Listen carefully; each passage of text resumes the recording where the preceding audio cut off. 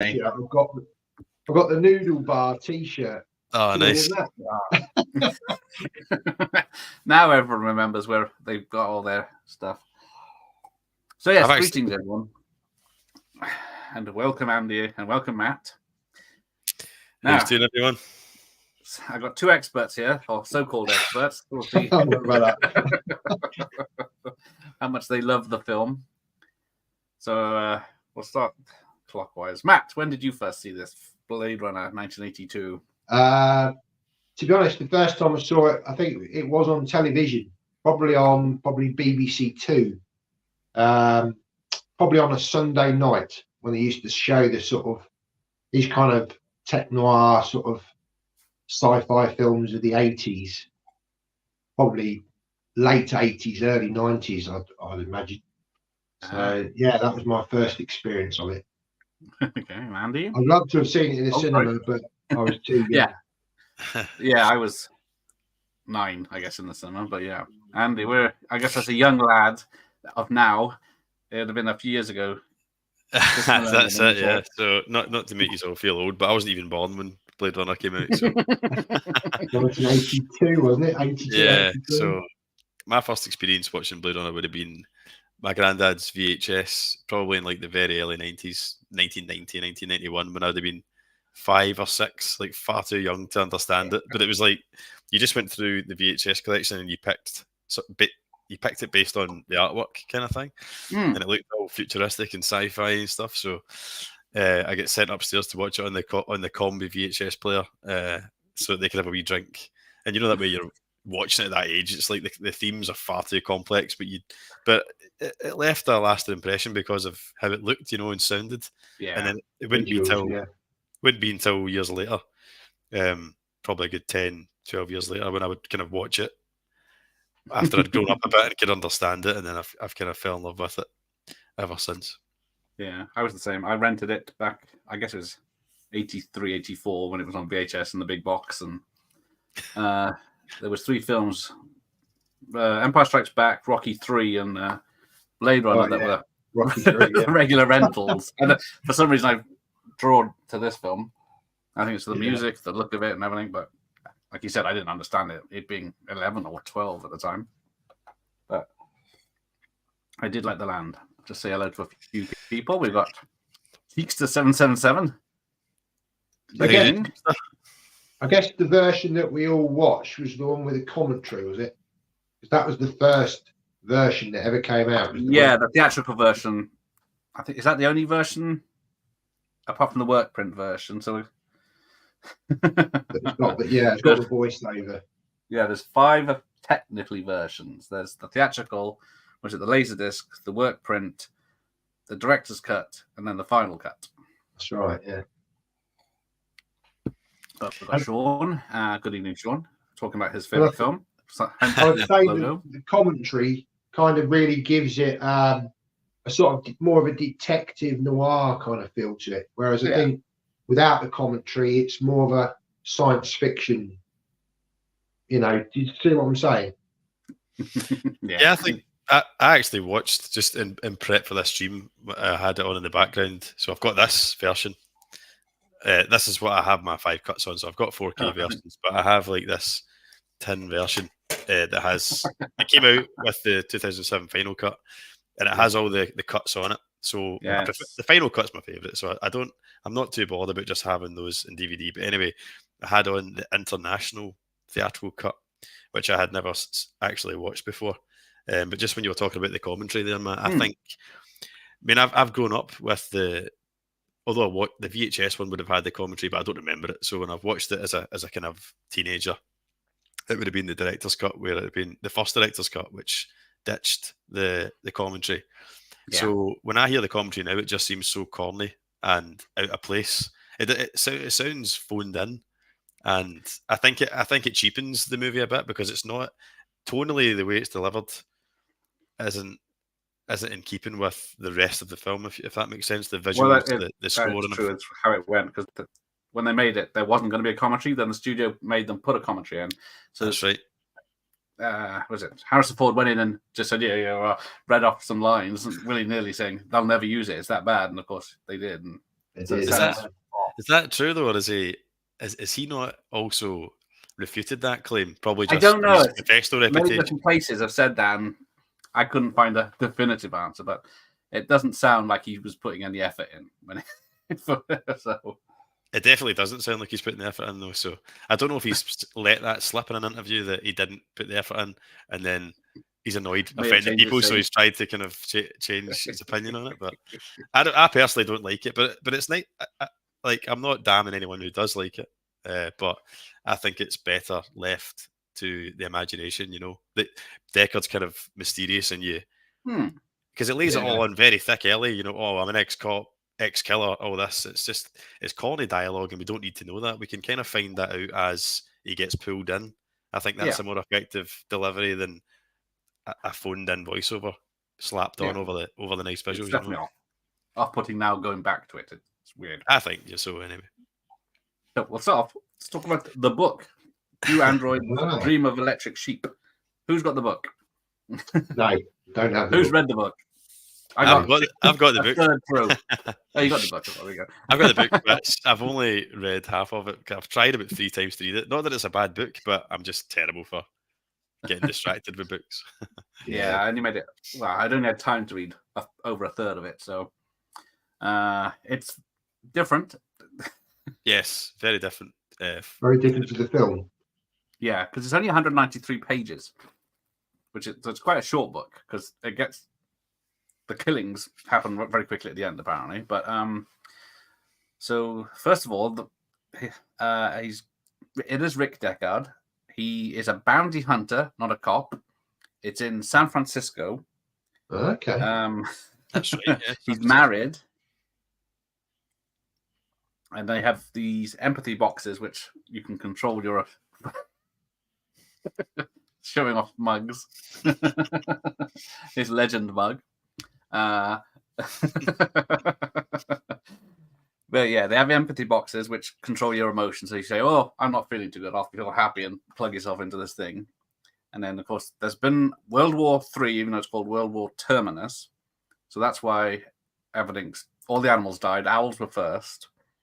So that's why animals are so expensive. But everyone wants them. But then you can only get fake animals on a budget. But yeah, there's a lot of stuff. There's like an AI, it's revealed to be an AI Jesus, and there's a lot to unpack in the film. I've only ever got as far as, not to spoil it for anyone, but the first replicant that he kills, which is totally different. As you know, Gareth, it's completely different to the first replicant he comes across in the movie. But yeah, it's good. I've read enough to get a feel for all that stuff, the setting and that, and I think that's the biggest shock was the fact that he's married. It's like on the first page, he wakes up next to someone and they have a conversation. Think, what the hell's going on here? This is not a film. So it's not Rachel. No, but yeah, there's no reference. Blade Runner is not referenced at all. They took that title from another book that they had the rights to, which is based on people. I think it's a black market of medical medical tools like scalpels and stuff. So Blade Runners and stuff.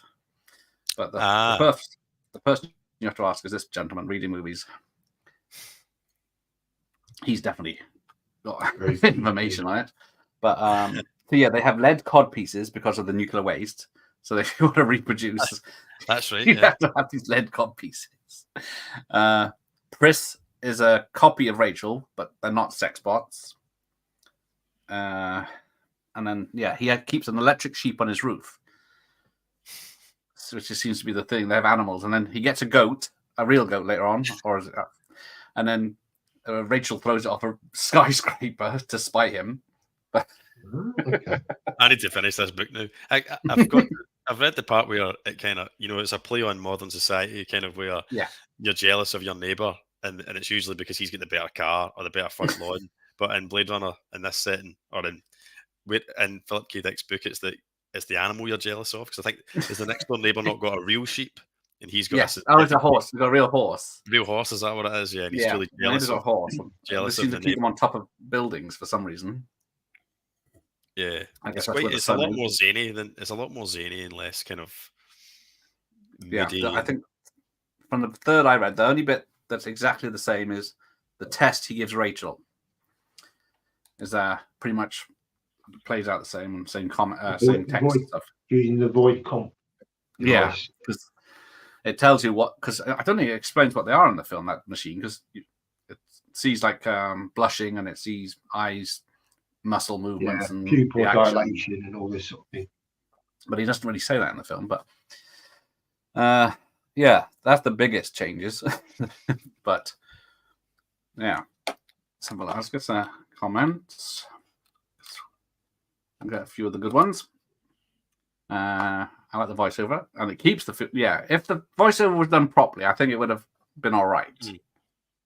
But now going back, it doesn't work. Sean first saw it in the 90s on the director's cut. Since I've seen that version. Yeah, because the version that came out in 91. Because I saw that in the cinema. They released in the cinema the director's cut, but Ridley Scott was busy doing what was he doing? Something else. 1492 or something, so it wasn't a director's cut. It's just notes they had that of scenes to put back in and changes to be made. So then we get, was it 2009? We get the final cut.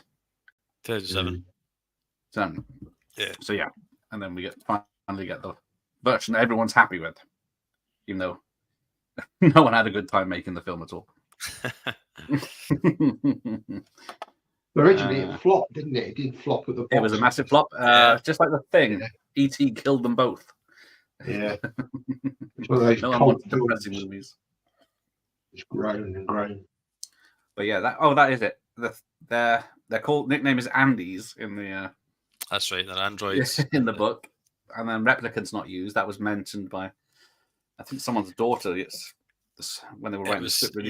Who was it? It was one of the co-writers' daughter. Yeah, and it's in Dangerous Days, the documentary, when apparently the writer and his daughter tease each other over who actually came up with the word replicant. They argue over that. Yeah. Hello, Maybe Rico, my podcast partner. It is, yes. When's the next one? Next week. So we started with 2 because we were a bit behind with the first ones, but the plan is to do it on a fortnightly basis. Right, there you go. Yes, me and Dr. Possible saw the film in the director's cut in London back in 1992. We couldn't decide if it was the same cinema at the same time, but who knows? I have seen Blade Runner in the cinema. I was fortunate enough to see it at the Glasgow Film Theatre a few years ago now. Nice. Maybe 6 or 7 years ago. It was the final cut. But yeah, it was awesome getting to experience it on the big screen. Yeah, never seen it. It was actually on Monday night there in my local Odeon. But there was no fanfare about it, or no, like, usually when they show a film like that, they kind of put it on their socials and stuff, but they just kind of slipped it in on a Monday night. If I'd known about it, I would have made arrangements to see it, but I couldn't. Well, yeah, it's a bit of a shame. Right, so I'll show off mine first, so I'm in charge. So I got a old theatrical cut on the old retail VHS. Awesome. Yeah. So if anyone wants a copy. But then I got the re-release of the theatrical cut on the Screen Classics release. Only £6.99 from Smith. From W.H. Smith. The name on it, yeah. Wow. Bargain. Then we go to the director's cut in widescreen, no less. That's the one I had. Yeah. I think I've still got that somewhere. Nice, yeah. So it's still released by Warner's. Finally, on VHS, the director's cut Mavericks directors. Now, unfortunately, I don't have the free fact card. Someone didn't put that in there, but there we go. So, Matt, which versions have you got? I'm guessing. Right. Well, obviously, I've got that one that Andy's already shown, the tin version. Really, really nice edition, that. I've got a steelbook, which I think this was a German version. The final cut with the unicorn on. And I've got, it's a custom lenticular. It's not very good. I don't know if you can make it out. Oh, yeah, you can see it now. Oh, yeah. Oh, yeah. It's not the best. It's somebody's, I think, I picked it up on eBay. So there's that. This really nice big box version on DVD. I remember that.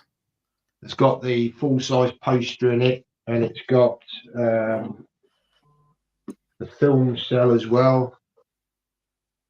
That scene, obviously, in the film cell. And there's a load of lobby cards as well. A couple of posters there that I've got on eBay, just to, pop in the set as well.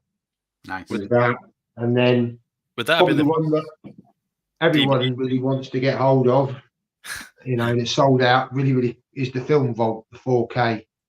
That's fantastic. That one, I really like that. It's got all the goodies and everything on the back. That's nice. Very hard to come by that one now, unless you want to pay a lot of money on eBay. Yeah. All right. Andy the Android, what do you got? I know. So I seen someone in the comments was asking whether or not I was a replicant. I don't know why. But like the film itself, let's keep it ambiguous till the end. People can make their own mind up whether I'm an Andy or not. So I've got the same. I'm fortunate enough that I pre-ordered the same one as Matt. So I've got that Film Vault as well. So yeah, not dwell on it, but I'm pleased that I've got that one because I knew it would sell out. I think that you would have been the same, Matty. You would have known that was going to be like hotcakes. So I splashed out on that one, and I managed to get. I've also got this Titans Occult 4K, which is like it's a steelbook. The design inside is like the Voight comp machine. You can see it's kind of embossed. Really nice steelbook. And this also used to go for a fortune, but then Titans Occult re-released it, and I was really fortunate that someone gave me a heads up on Instagram, so I managed to get it just for brand new for like cost price £35. Yeah. So I was really chuffed with that because at the time they were going for like 90, 100, over £100.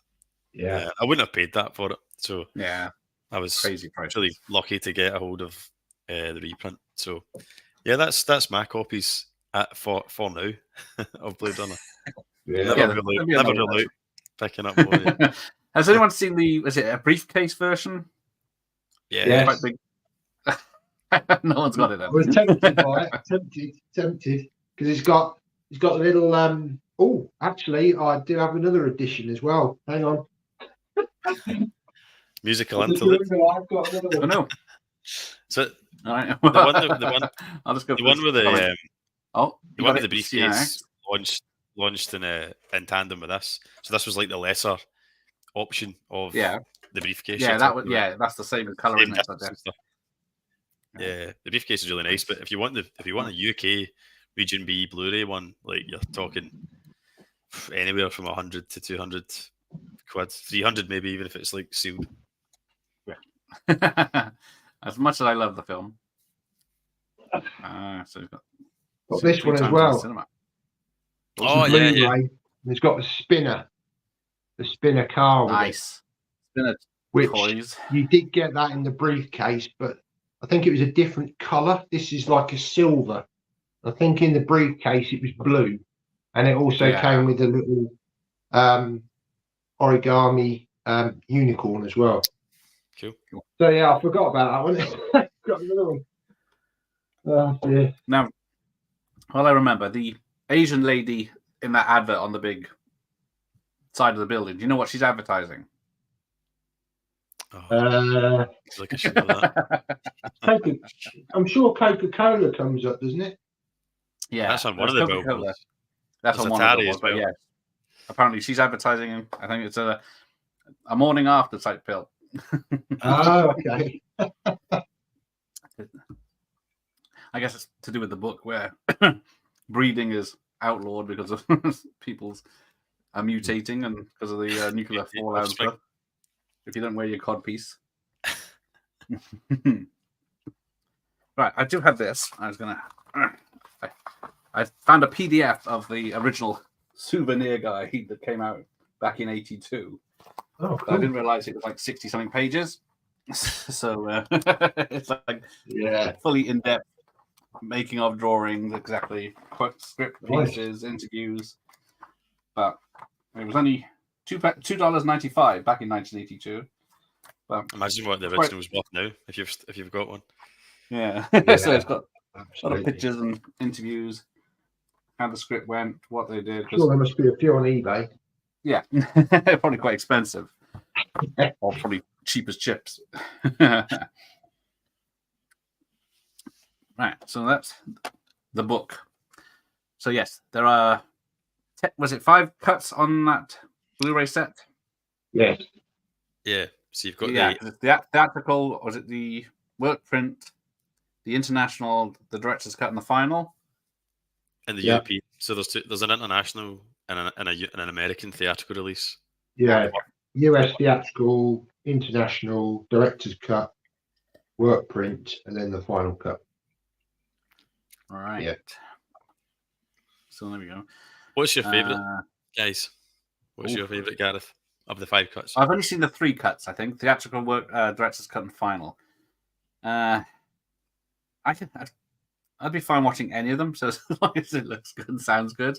There's only a few scenes that are that different, isn't it? So I would only notice, the theatrical cut has the tacked on happy ending using footage from The Shining, where the spaceship's flying away in the daytime and it's not raining, it's not dark, it's not wasteland. That's the only thing I would probably pull me out, because I know I think there's a difference between the director's cut and the final cut, where instead of saying fucker, Rutger Hauer says father to the that's so interesting to say that, because see, for years I thought it was me misinterpreting it, but I thought that was a line. I want more life, fucker, right? I thought that was the line, and it made sense. Being aggressive and he's angry with it. And then I think I had the subtitles on one day, and I realised that the line was actually father. And so for ages, I've just thought that it was my misinterpretation, but maybe the confusion was because that is actually a line in some of the cuts. Yeah, they've changed the line. So what one's it in then? What one does he swear in? Nice. I think it's the director's cut, it's one of the older cuts. I don't think it's the director. It could be the director's and the theatrical, but they did change it to make it more religious symbolism. It does kind of make sense. It makes sense, the father thing. Yeah, it's a bit crass. Either one works, but I get why they changed it. Oh, hang on. I got a nice donation from Born in the 70s Gaming. Thank you. So we'll take that. You're in the desert, walking along the sand, and all of this. Well, thank you. Thank you for being one of my sons and everyone else. Are you trying to review Gareth as an android? Yeah. Look at that people dilation there. He's good. I'm not blushing. It's hot in here. But then we get trouble. No. Oh, see, he's not a fan. He doesn't know anything. He doesn't like the Batman, doesn't like Bladerunner, doesn't like Terminator 2. He can just jog on. Yeah, this film is too big for a watch party. There you go. So it's in the theatrical and hang on, which way around? What does he say? Without spelling the swear word. But yeah, Sophie said it anyway. So yeah. Well, I don't know if it'll take it in the text comments. I didn't realise being spoiled with so I've predominantly watched the final cut because I had the first time I owned it myself was the 92 director's cut on DVD. Right. And then I bought the final cut Blu-ray, I don't know, like not long after it was released anyway. And that's what I've always watched. Yeah. And it wasn't until I watched Dangerous Days fairly recently all the way through that I realised just how many like mistakes, like how much work was actually done, albeit subtle work. But some of the stuff they went to extreme lengths. Have you seen Dangerous Days?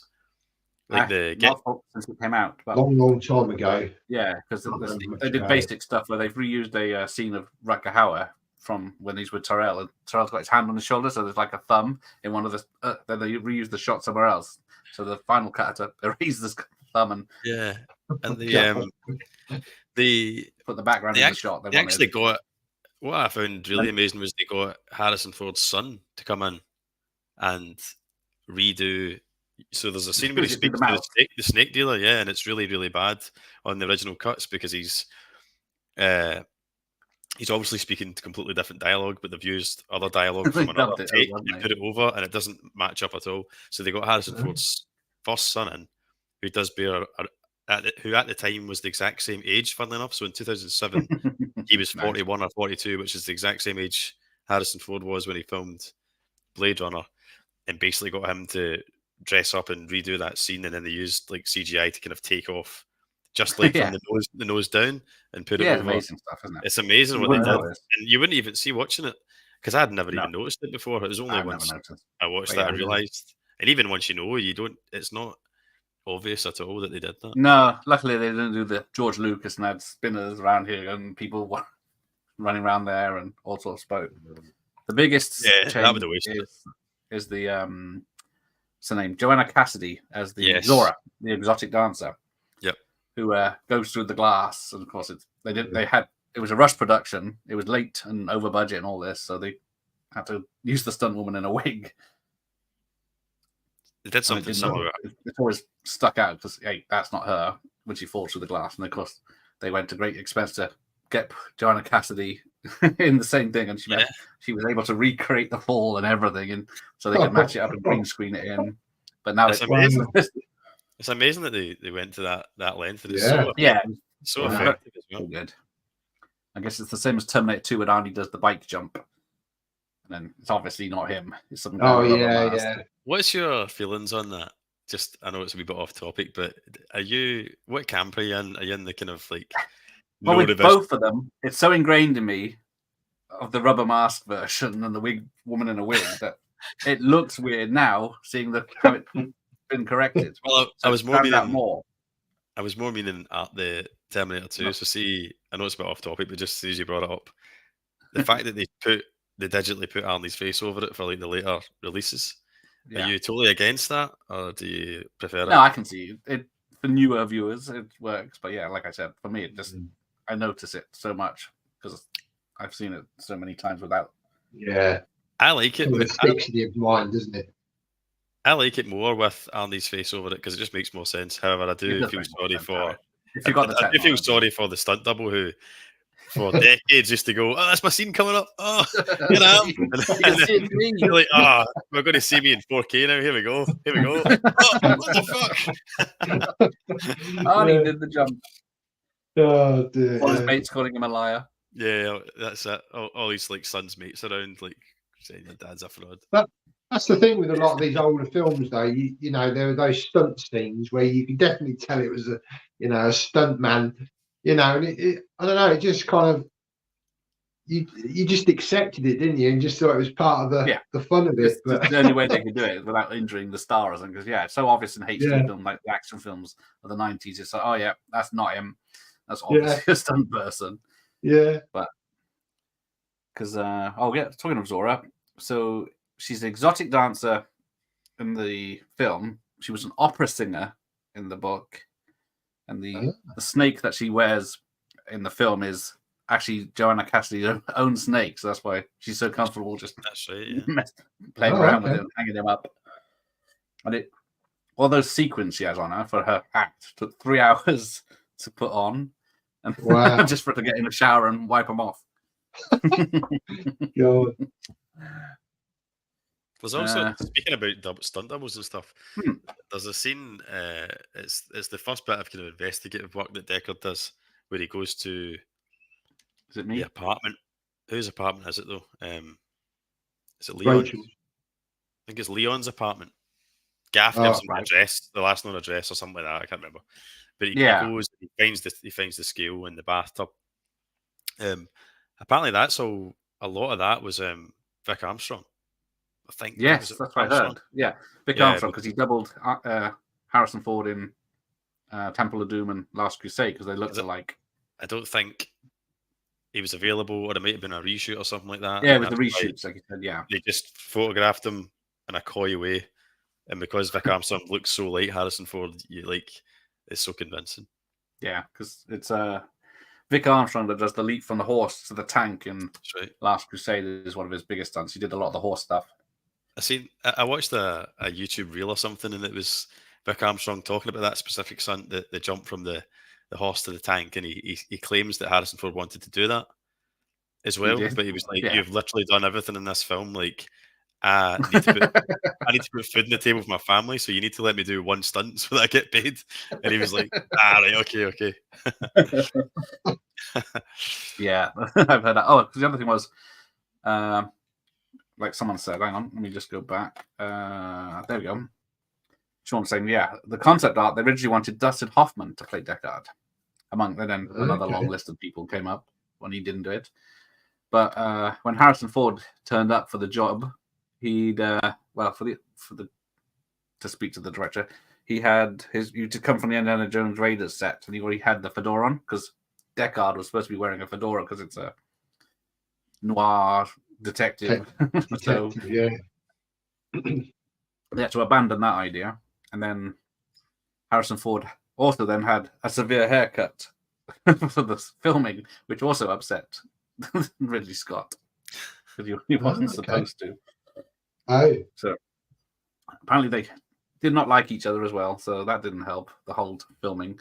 I think his haircut works in it because I think it works. It looks fine to me. Yeah, it looks like it's a bit more futuristic. Plus, because at the time, in the late 70s and early 80s, people, well, maybe not so much the early 80s, but certainly like the 70s, and when he played Han Solo, yeah, he's known as having that, the kind of scruffy hair and stuff. So I think the short hair helped to differentiate character. Yeah. Yeah, definitely, because long shaggy hair for Han Solo, and then straight into this shoot off. And also probably Indiana Jones as well, because he's had longer hair in that as well. Yeah, absolutely.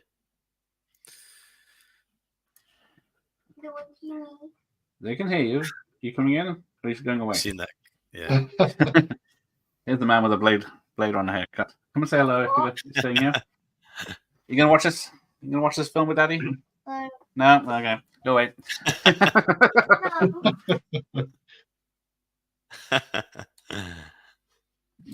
Nice guy. So yes, the chat. You did right. Later. The beating for the wee bear. So what we got? Japanese culture, which is heavily influenced in the film, was not in the book as well. So that was another thing Ridley Scott and his designs brought in. I think that was yes. Oh, sorry. No, I think you're going to. Sorry, I keep jumping in. No, you carry on if you're going to say they won the war. Was it not the idea? Just it's obviously a projection of the future from that time period, wasn't it? When like tech was massive, Japanese technology was starting to really encroach on kind of the Western world. So it was kind of like that cranked up to 11, wasn't it? That would kind of take over. The film's supposed to be set in 2019, isn't it? Set 5 years ago. Yeah. With my flying car. But although in the film it's only police and authority figures that have the flying cars. Everyone else has got bicycles and stuff like that. Yeah. People. There's quite low tech stuff as well, isn't there? With a mixture of Although I do want those umbrellas with the fluorescent lighting, so. I think that's a great idea. Why is that never took off? No one's got LED versions. Yeah. Yeah, there was at the time, Japan were buying all the businesses back then. So, and there was the other theory is Japan was who we were having a nuclear war. Well, America had a nuclear war on, and then Japan won. That's why they took over. But there's no definitive answer, I don't think. But I'm sure someone will tell me in a minute. So yeah, they're called replicants or skin jobs, as the actor says. And of course, the theatrical version has a different number because there was I can't remember, was it 6 escaped from space to come to Earth. 1 got fried trying to break into the Tyrell Corporation, and that left 5. And then that made everyone think Deckard's a replicant because there's only 4 he kills, and there's no mention of the 5th. But they cut the scene with the fifth replicant, so they couldn't. They didn't cut the line or change it, but then they change it, of course, in the other cuts, so it makes sense now. What was the scene they cut with the 5th replicant? Was that the one that her name was Mary? So it didn't. Because I know that in 2049, the opening sequence with Batista, is it Sapa? when he takes him on. That was originally considered as a scene in the original movie, but it was deemed as like, because he has to fly over the kind of rice fields, whatever it is, the synthetic food fields. It was deemed too kind of like too difficult for them to expand the production design, the world, to incorporate it, so it was dropped apparently, and then they reused it in 2049 apparently. Little interesting tip. So who haven't we talked about? Edward James Olmos. People are always surprised that he's the same guy as in Battlestar Galactica remake. And Miami Vice. Yes, the Captain Miami Vice, isn't he? People love He's that. great now. I thought that was a brilliant series, Miami Vice. I had a BBC One, fantastic. Nice. Are you talking about the original, Matt? Yeah. Fantastic it was. BBC One on a Monday night, about 10 o'clock at night. Tuned in every week. Was that the one that had face on it from the A-Team, Battlestar Galactica? The original. Yes, that's the original Battlestar Galactica from the 70s. Yeah. And then they womanized him for the 2000s remake. Oh, was he Katie Stackoff? Is that who? That's it, Starbuck. Ah, right, yeah. But yeah, she was great in it. So I only watched the first season. I don't know why I didn't go back to it, because I really enjoyed it, but I just never. The first season of the new one, and I had a total thing for that woman in the red dress. I was obsessed with her. I don't know why I didn't continue at the time. There you go. I knew the expert was here. Mary was Batty's wife in the book. That was him. Yeah, in the film, he has a sex bot, Pris, feelings for her. Or does he? Or is he just using her to get to what he wants to get to Tyrell? Who knows?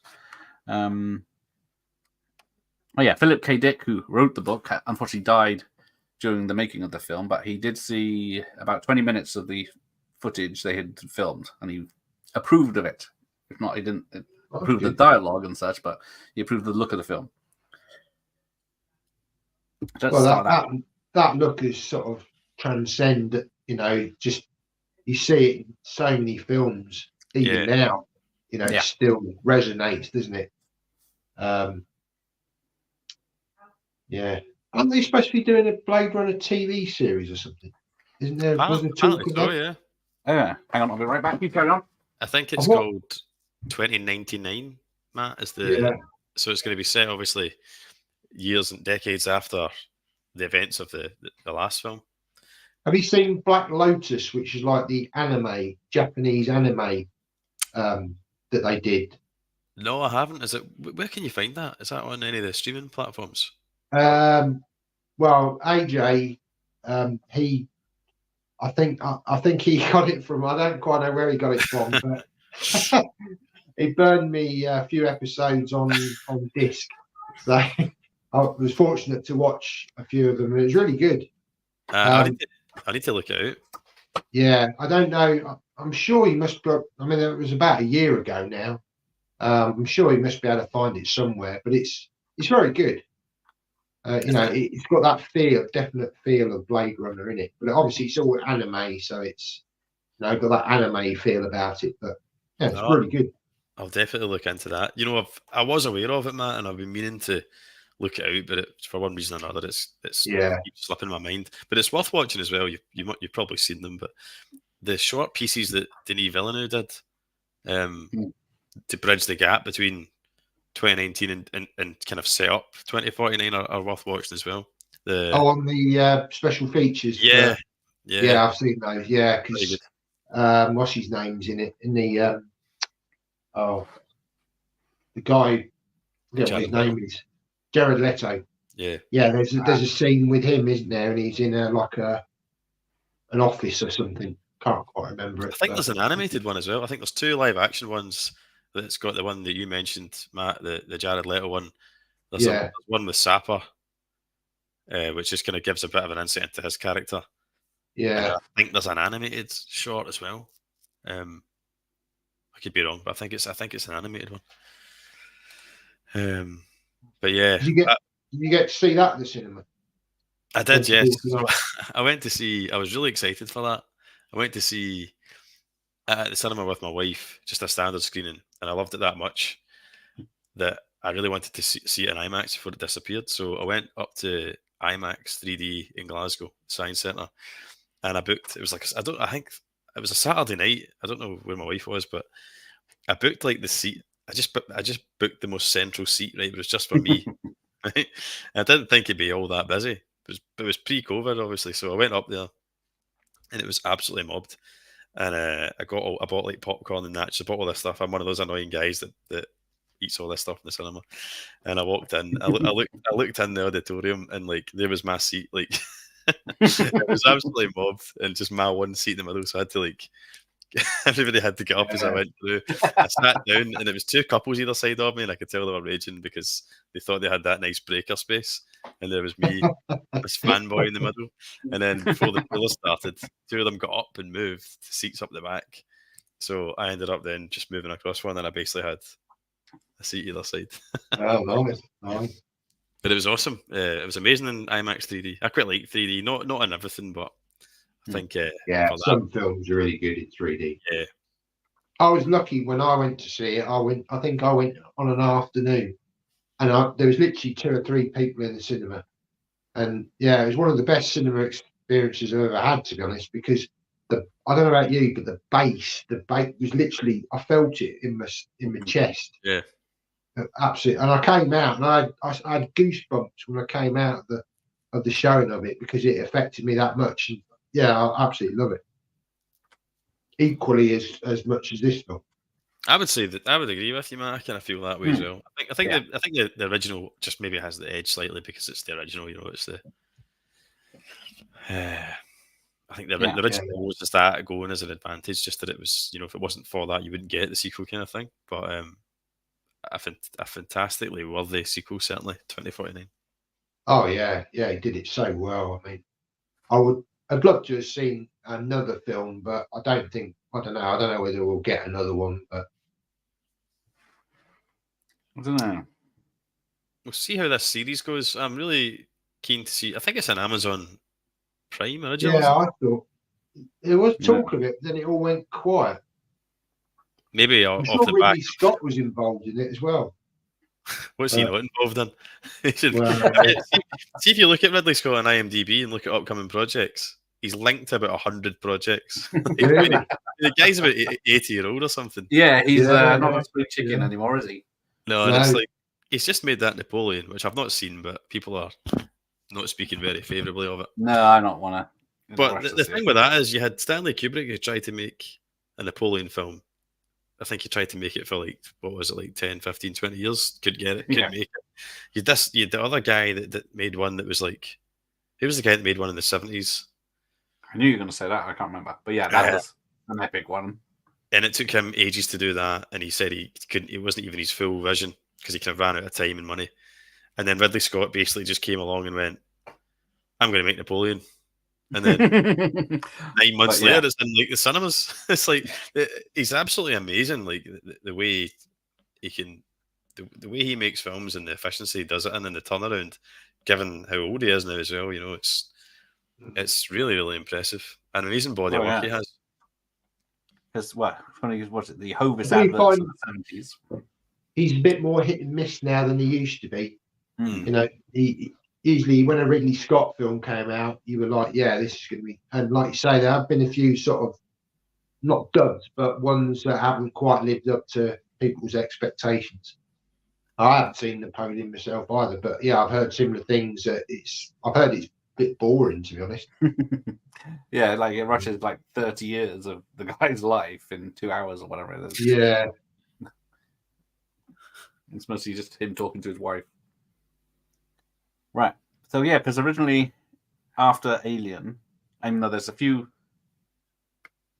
Easter eggs of Alien in this film. It's like one of the video screens says Purge, and it's the same screen as in Aliens. And okay. Some of the tech in the background is Alien. Like design of, I think it's Ford's apartment, or a section of Ford's apartment is the same as the Alien spaceship interior and stuff like that. It would totally work if it was set in the same universe. I appreciate the times are totally different, but you could it's totally believable that 2019 Blade Runner is in the same universe as down the line in Alien. Yeah, you can believe that's the Earth that they left behind. Yeah, 100%. I think the most impressive part of tech that I remember seeing on it, but this was before we had phones, internet, anything, was the telecom system. You know, when you could see the phone. face, and we were like, "Wow, never seen anything like this." You know, and kids nowadays was like, "Well, no big deal," but back then it was like, "Oh, this is state of the art." I didn't think that myself, Matt, watching it recently. Like, you're right. Like, the video call thing, that is pretty much exactly what we have. Like, FaceTime is such a common thing. It is, yeah. Absolutely. Only dreamt of back then. Yeah, and only our sort of age group will remember that time, Yeah, the top to age group. Yeah. The machine, I can't remember what it's called now. The machine that he enhances the images with as well. Yes. Albeit gets a bit ridiculous when it can like change the direction. Find things aren't in the photo, which is a bit crazy, but just the idea of being able to zoom an image though as well, I would imagine.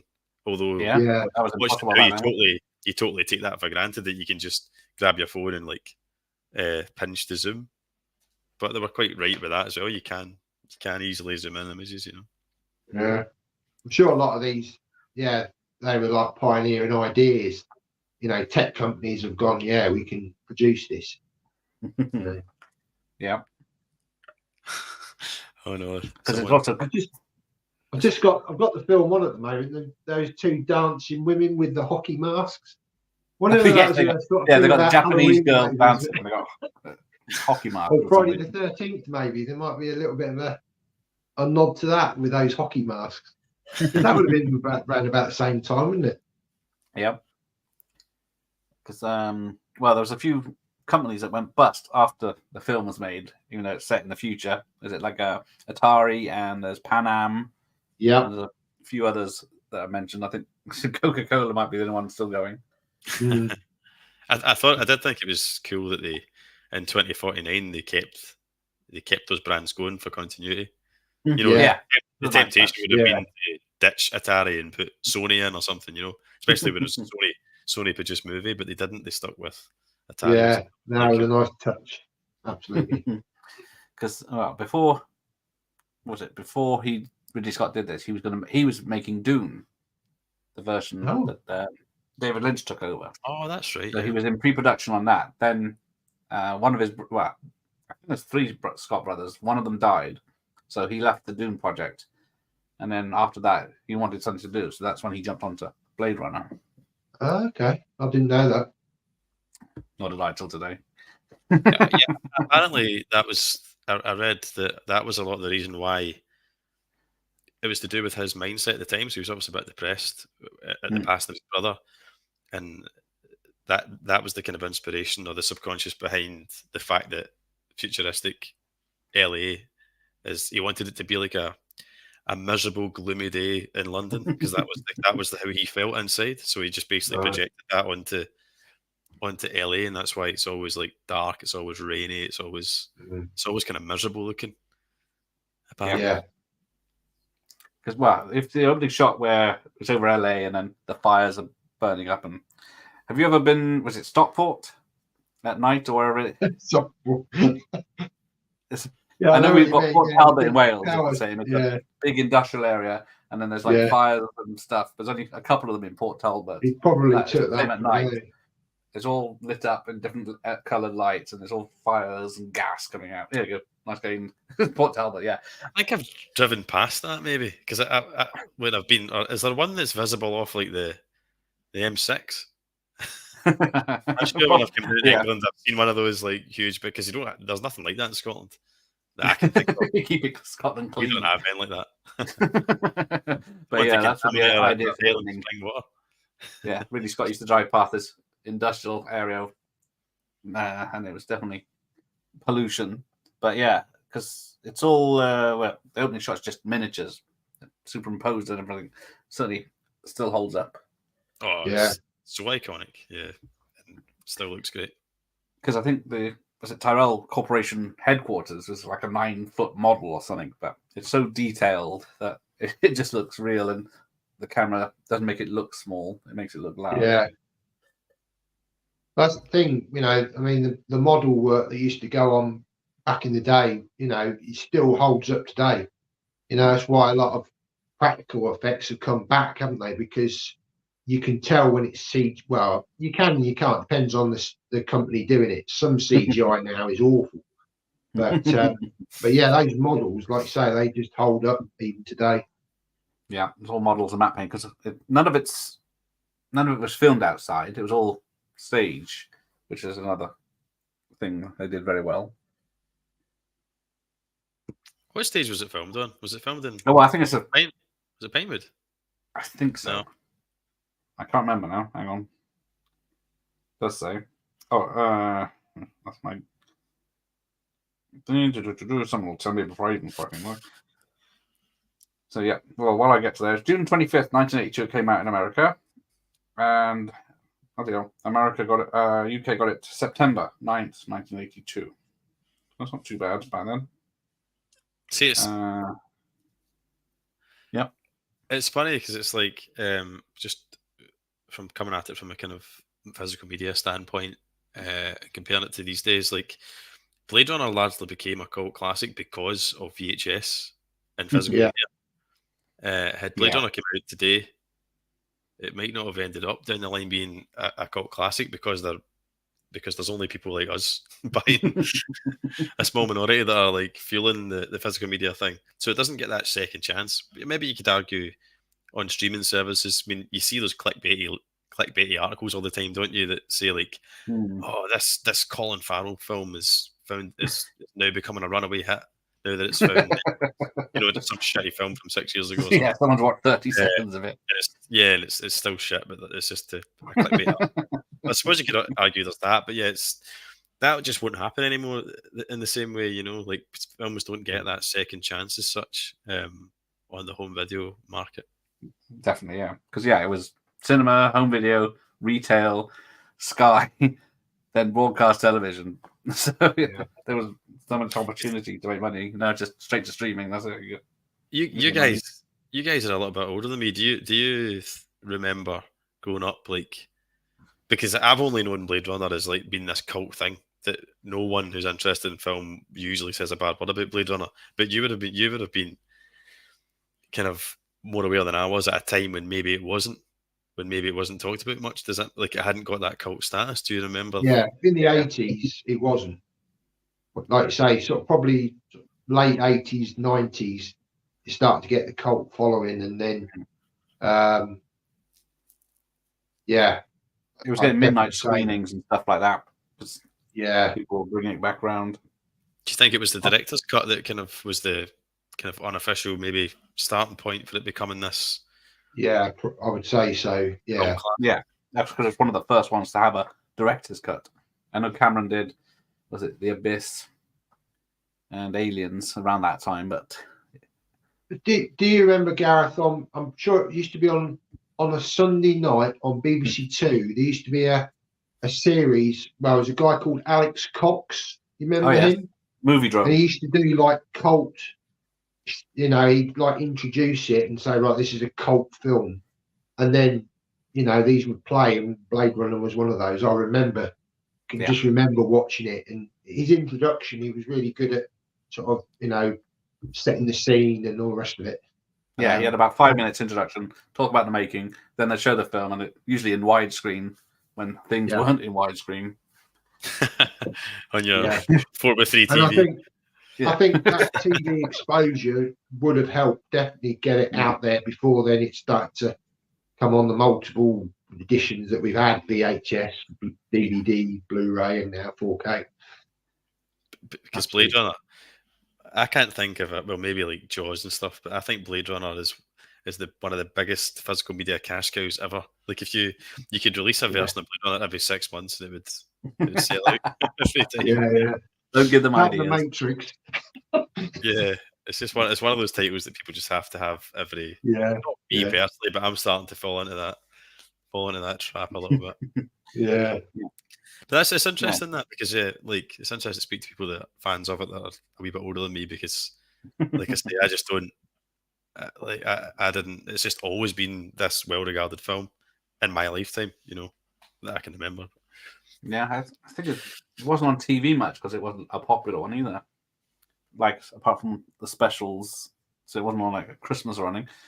But yeah, no, it was more sort of late night BBC Two sort of affair, and I think that's why it got that cult status because it wasn't in the mainstream. It wasn't on a Saturday night at 8, 9 o'clock or whatever. Although, is it an 18 or 15? No, it's a 15. No, it's a 15 at the moment. Yeah, on the 15. VHS. I think that's the perfect time to watch Bladerunner, isn't it? For me, anyway. It's a film you've got to like. I like watching it in the winter on a late at night on my own, lights off, and just kind of like it's a kind of feel piece. You've got to kind of like feel Bladerunner and let it wash over you a little bit. Yeah, You've got to be in the right mood for it, I think. Yeah. Now, the one thing I did want to discuss is I only noticed it on this 100th watch. They're called replicants and they're supposed to be androids, but they seem to be 100% human flesh and everything.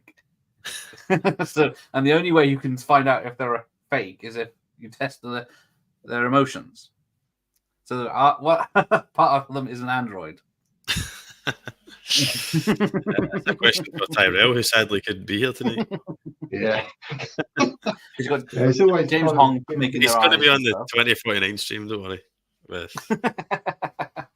It's always been a bit vague, hasn't it? The whole thing. Are they real? Are they not real? Yeah, if you Is shoot them, they Deckard bleed. a replicant? Is he not? They do a better job of it in 2049 with that whole scene where one of them kind of comes out of a birthing sack, so it kind of implies that they're kind of organically grown. They're not Terminator type android or like alien Bishop style where they do have kind of like mechanical parts inside them. But I've never even thought of that before. Like I've never actually stopped to question an X-ray. But I think part of the charm of the original was that it was left up to you to decide. Yeah. Is he, isn't he? And I think that air of mysticism about it is what kept people coming back to it because they're constantly thinking, well, I think he is. And then maybe the next time you think, no, I'm not sure. So sometimes it's actually better to leave it to the viewer to make their own mind up. Yeah. Let's have a look. The poll says, when I asked the subscribers, is Deckard a replicant in Blade Runner 1982? 55% said yes. That's all right. Okay. So he's a 67 replicant. Votes. So far. Problem solved. End of stream. See, the thing, just to kind of touch on what you said there, Matt, that's what I absolutely love. The reason I love Blade Runner, everybody loves it, but the reason I personally love it is obviously you've got the aesthetic, you've got the incredible Sid Mead-like production design, which, as you said, Matt, has been replicated. It still gets replicated. I mean, I just watched The Creator the other night there, and there's definitely some inspiration in that film. Yeah. I think Sean McManus is talking about Ghost in the Shell being heavily inspired by it. It's inspired all these really good movies throughout the last few decades. But anyway, it's like all good science fiction, in my opinion, it should pose questions. It should challenge you. It should challenge you to think about reality and to think about real world issues. And I think that's what's fantastic about Blade Runner. That at its core, it's about what is human. What does it mean to be a human being? And every time you watch it, I think it's like, and the whole thing at the end, is he a replicant? Is he not? Every time you watch it, you might have a slightly different opinion depending on there's little things you pick up and stuff, or how you're feeling that day might even influence it. But I think that is what's fantastic about it, is the fact that you don't know either way, because I think ultimately that is what the film is trying to convey, is that it's an impossible question to put to say what is life, when it's a case of like, you've got humans and you've got these things that we've created, just like God creates man in his own image kind of thing. And they both feel, and the film does a good job of showcasing that. You could argue Roy Batty and Rick Deckard are mirror images of each other in a way. They're very deliberately set up to clash and get you looking at the comparison. And in many ways, Roy Batty lives his life more like a human. He sacrifices. He shows compassion at the end when all Rick Deckard's tried to do the whole film is hunt him down and kill him. He's supposed to be the human, but he's acting like a machine. And then you've got Roy Batty, who's the machine, who's acting like a human. So it's like, that's what I love about it, and that's what keeps me coming back to it. It's the themes complemented by the amazing production design, the visuals, the fantastic score. That's why I think it's a masterpiece, personally. Yeah, because you brought that up. The android coming to look for his maker is what Ridley did when the Alien, Prometheus, and Covenant. He tried it again in that, but it didn't come out as well, I don't think. What, the whole trying to meet your maker and whose life is worth saving and who's a real person. And I quite enjoyed Prometheus. I know a lot of people don't think much of it, but I really enjoyed it far more than Covenant. I know a lot of people probably prefer Covenant because it's more alien, based, but I quite like the fact that it was very different to what we'd seen, and I like it as well. I rewatched it just last year, my friend, and here on the setup, and I thoroughly enjoyed it. It's got some silly things that happen in it, silly character decisions, like the famous why do these intelligent astronauts just run in a straight line when they do move either side, and the helmet off things daft. It's really reckless, but it looks great. I think it's good. I think it's good quality. It's good quality sci-fi if you can look past it's the odd flaw, Yeah. But Blade Runner, when the shiny red eyes, because that's one of the things they used to say, that's a replicant, like the owl, Rachel, Batty, everyone seems to have a scene where their eyes show red, and then it's just that one quick glimpse that Deckard's glow red as well. But that is a human trait as well. It is, isn't it? How many photos were ruined in the 80s by photos? There was a flash. So, but it's definitely deliberate, like you say, Gareth. Like that scene, I think it's when she asks him in the kitchen, isn't it? He looks up and his eyes go red. Would you come after me? And he's, no, I wouldn't. I owe you one, but someone would. It's just when he says that you see his eyes with that glow. Yeah. So this is another thing that people have said. The unicorn origami that Gaff leaves at the end for Deckard. That's massive. Deckard dreams of a unicorn, but how would Gaff know he'd ever even thought of a unicorn in? But then the unicorn's not. Am I right in saying the unicorn's not in every cut? Which cut is it in? It's definitely in the final cut. But I think in some cuts it wasn't in. Yeah, I can't think which one isn't in, or if it's in all three. Because it wasn't in the original theatrical one with the commentary. Wasn't in that one. Yeah.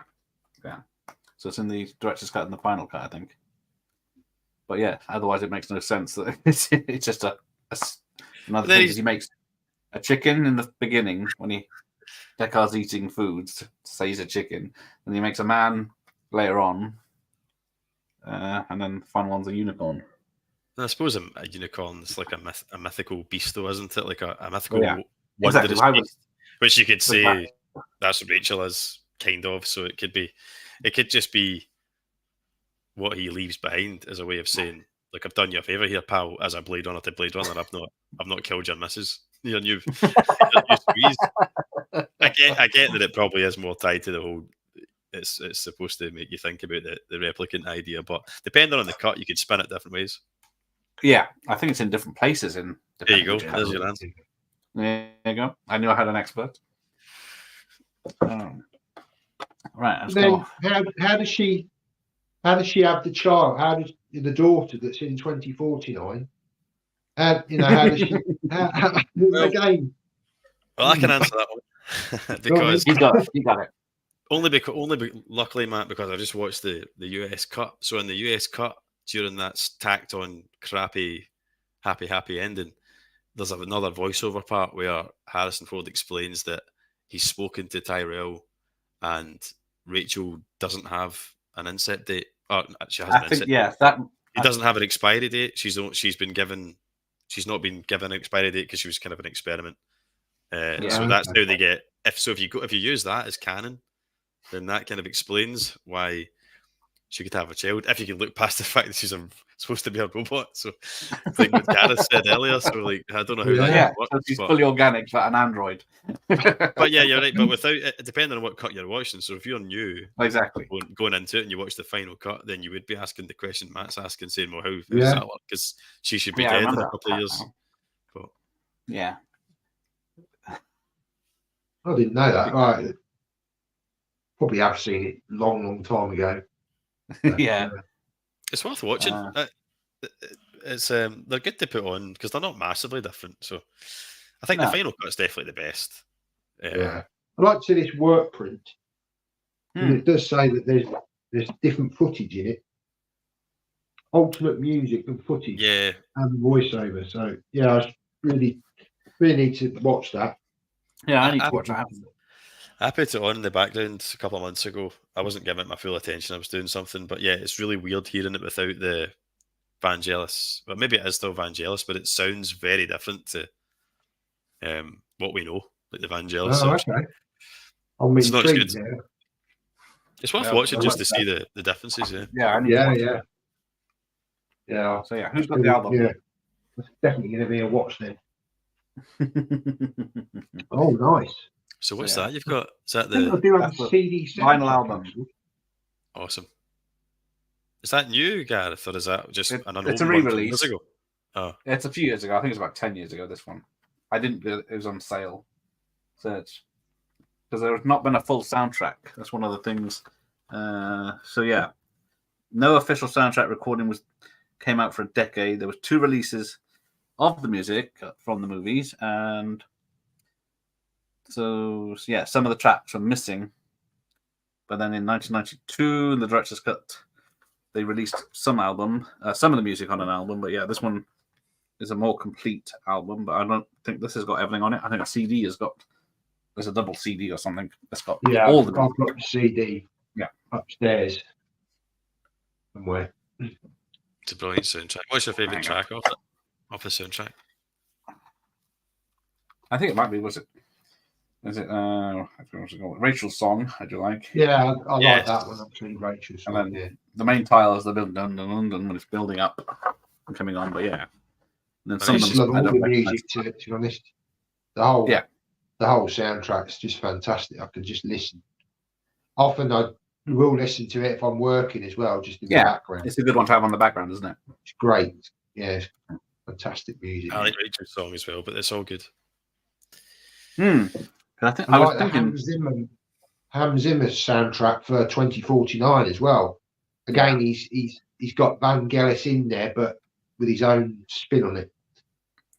I like that as well. Actually, Hans Zimmer's soundtrack's amazing. It's one of the few times I've been to cinema where like the musical score made me emotional. I just wasn't. I think there'd been no on the nose Zimmer until obviously that really poignant scene at the end, and then Tears and Rain gets kind of sampled, and that was a hairs in the back of the neck. Yeah, moment for me in the cinema. I thought it was absolutely fantastic. Nice. Did anyone play the Commodore 64 game when it came out? I didn't know there was one. Nor did I until today. I checked out on my emulator. I'm going to have to check it out. Apparently, there's a 2-minute section which is just music from the film because they're saying that was part of the licensing agreement that they played the full 2 minutes of the song before you can play the game. Was it the floppy disk or the cassette? It was the cassette back then, but then. Oh wow! So it takes about 3 hours to load then. To get the thing actually working. And then there was a 3D game for the PC in the 90s. That's supposed to be pretty good. Okay. That's what you can get that. That's quite easily accessible now because you can get it on the PS4. I actually did I started a playthrough of it and then abandoned it. But the first episode's there if you want to just get a feel for it. But I'm actually going to go back though and finish it. I think, and I'll just dump them all as I'll just dump a few episodes all at the one time and that'll finish it. I think. But it's worth it. I mean, it doesn't look too hot now. They lost the original coding for it was the problem. So I can't remember what studio it was that had it, that made it. Was it Westwood Studios maybe? Anyway, they lost the original master code or something, which made it really difficult to emulate for the PS4. So they couldn't do as good a job with it as they'd hoped. But it's perfectly playable, and I can see why it was really good at the time. You know, it's still good fun to play. It was a CD-ROM game, so it had plenty of data on it that showed clips and had good audio and stuff apparently. So then, so I'm going to go to the character JR. I can't remember its full name. The one with the toys. Yeah, that's it, Sebastian. Of course. Oh, yeah. So he was.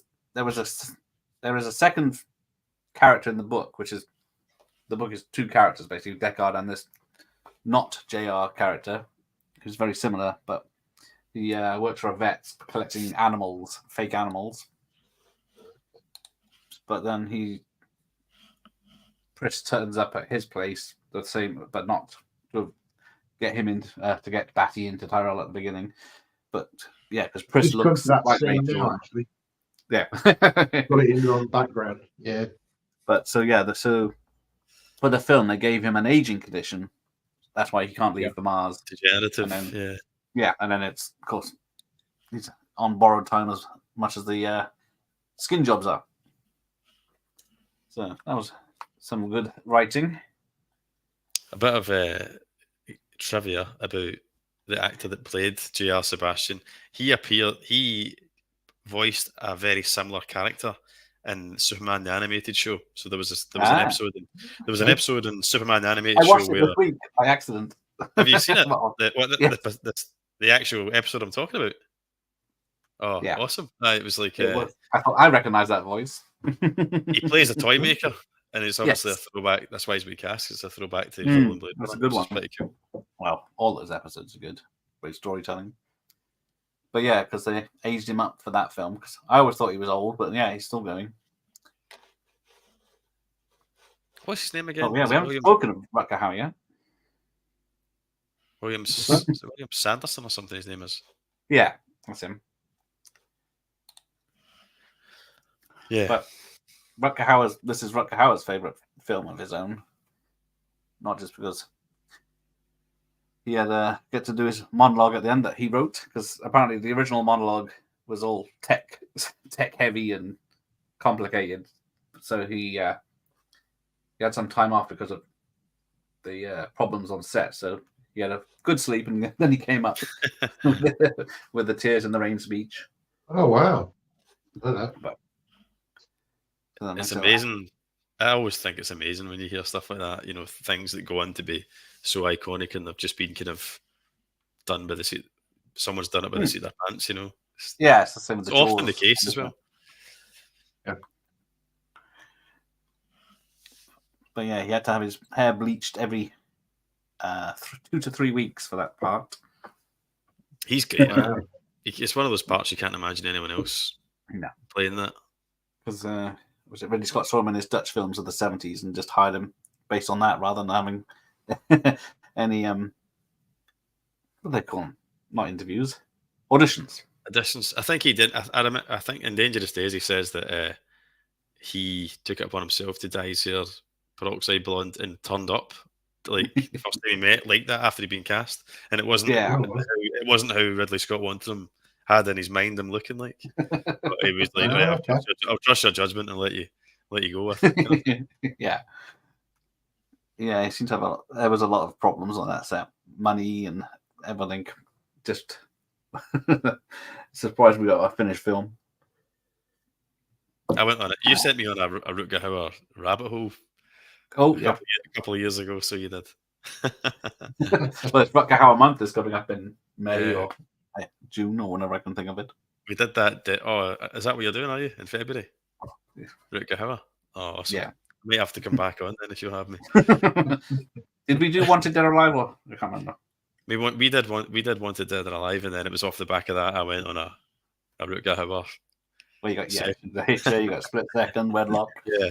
You had a lot of stuff in the 90s that was straight to video, but yeah. Blind Fury. Blind Fury, yeah, that's a good one. Right, so Where are we at? Here's So something.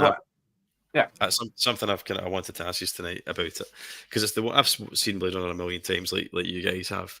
But there's the one scene that I just can't really understand the characters' like motives is the whole sex scene.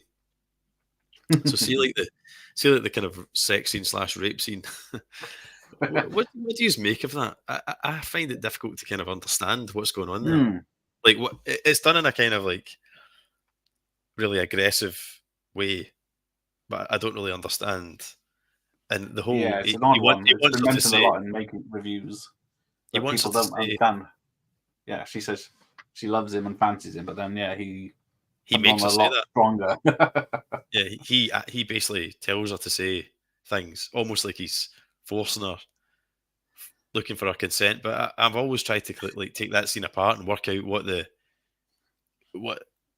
Maybe I'm just overthinking it, but I like to understand what's going on in a scene, and I always find that hard. Yeah, I said it's because she's an android that she may not know about such things, and then, but I think is it kind of like? Is it she's like naive?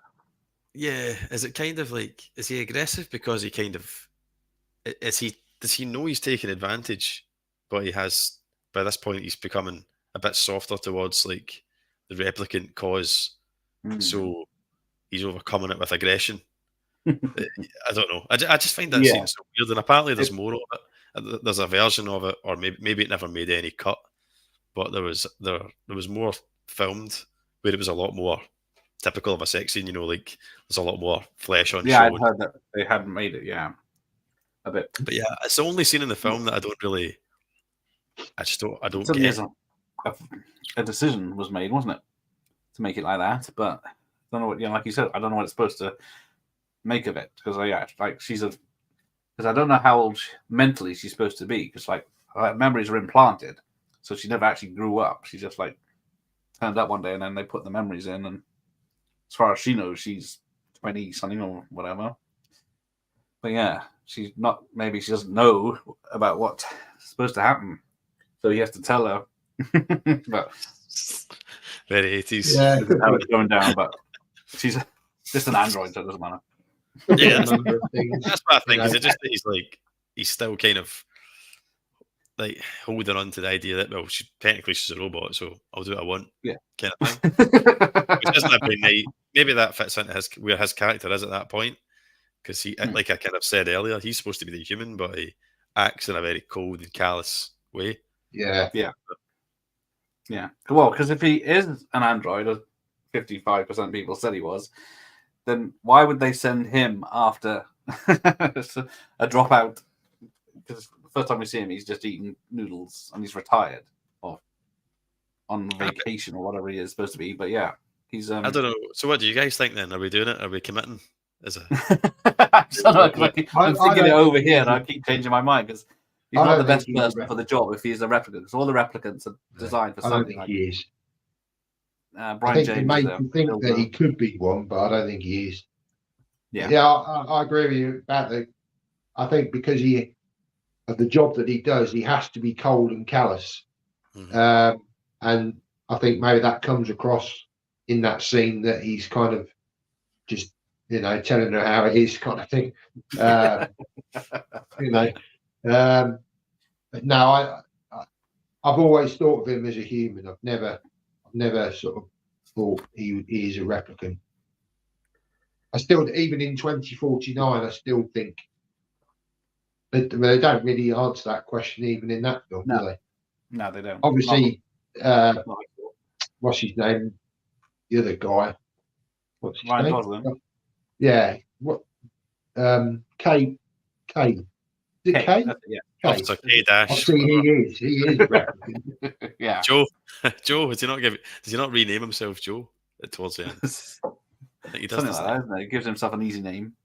Yeah, because Harrison Ford or Deckard refuses to call him by his serial number, so I think they go with Joe, do they not, or something? Yeah. But yeah, see that 2049. It's amazing how 2049 manages to make it even more muddled deliberately. But just the fact there's nice guy Eddie's put a comment in the question. comment in the chat there. Oh. That's the one. But if Deckard is a replicant, how does he know what he's doing? I completely agree with that. How does he know what he's doing, right? Because if he's supposed to be at the same time as them, like, are we supposed to think they've supplanted memories of a Blade Runner so that he like? Well, that's Yeah, he's had training. Yeah, but I think I buy into that. the fact that they then have a replicant as a Blade Runner in 2049 then fuels that fire that, well, maybe it could have been, because obviously they were doing it in 2049, so maybe they were doing it as far back as 2019. Well, exactly, yeah. They just didn't tell them they were replicants back then. Personally, just to, like, I kind of agree with you, Matt. I think on the big Blade Runner question, just for the people that are watching, I don't think it should be anything, because I think that's the beauty of the film. I think it should be ambiguous. I don't think, and it can fluctuate, but I think it works. I think it works better if he's a human, for the reasons I've said, because if there needs to be that comparison between, how humans can not be very humane at all, and how an android can be humane, and if at the end it turns out Harrison Ford is also a replicant, then what does that kind of, it loses its message somewhat. Yeah. If there's not a human in the story to kind of juxtaposition with the replicant, but if you just look at the evidence of the final cut, it points to the fact that he's a replicant, with it, especially with the unicorn, because that is very, very specific. Like, how else do you explain that Gaff knows to leave the unicorn? So because he knows what Rachel's childhood is, because they're just memories from Tyrell's niece. So how did he know that before? It's never mentioned that Tyrell gave her her memories. You can overthink it, definitely. You can definitely, I think it's better. Might be crazy. I think it's better to think about the themes evoked than the actual piecing together the narrative, if that makes sense. Because then you'll end up with the conundrum that you say of, like, the androids and all that. Precious. Because the scene I hate is the eye gouging and head crushing. We're getting to that scene. That's just coming up now. It's always one to do that. Because was it J.R. Sebastian's killed off screen, isn't he? Because is he killed off? He's mentioned that he's killed later. Oh yeah, I think is it not the other Blade Runner? What's his name? Yeah, because before Harrison Ford, I think Gaff mentions it, doesn't he? Says that we found his body with J.R. Sebastian didn't make it or something. But so they kill him off. But then it's apparently the 20-minute fight where Harrison Ford turns up to the building to find them.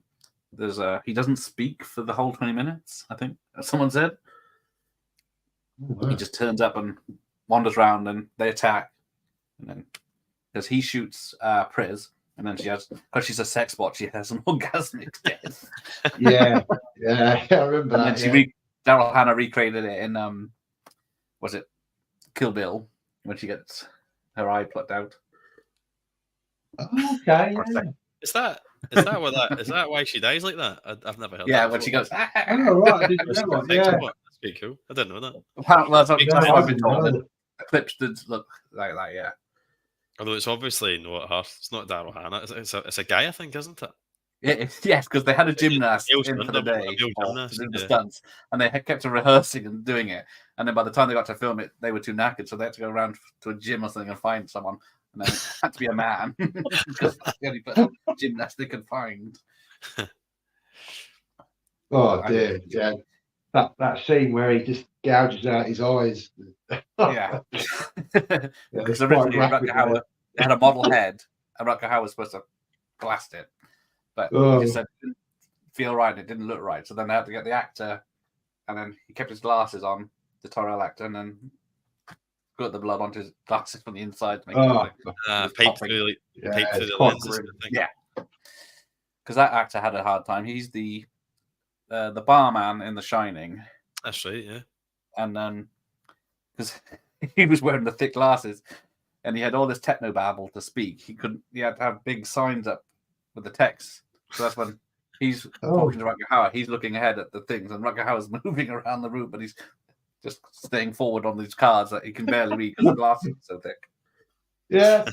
Until you just said that, I'd always seen that actor and thought, where have I seen him before? Yeah, where's he from? The Shining, yeah, the bartender, yeah. Yeah. Joe Turkel, is it? That's him. Yeah. Thank you. But yeah, like Dr. Dan on Horror says, it's 2049. It's a 2.5-hour movie, and then there's 3 short films, and then answered virtually nothing of all the questions that everyone had from this film. I think James correct. Denis Villeneuve's been quite vocal about that, though, hasn't he? That he, right from the off, he never intended to, out of respect for the first one, to like answer the question like definitively, is he or isn't he? Yeah. But I suppose that maybe pissed some people off that were hoping that this sequel was going to tie up the loose ends. Yeah, everyone was hoping, weren't they? Yeah. It's 2.9. Now we'll know if Deckard's a replicant. So that's for another time. So have you got anything else? And then we'll start the film in a minute. I'm halfway through. All five cuts back to back. Why not? Then we can point out the differences. I'm trying to think. Was there anything else? I mean, is there a bad bit for you, apart from a bad bit? Good question.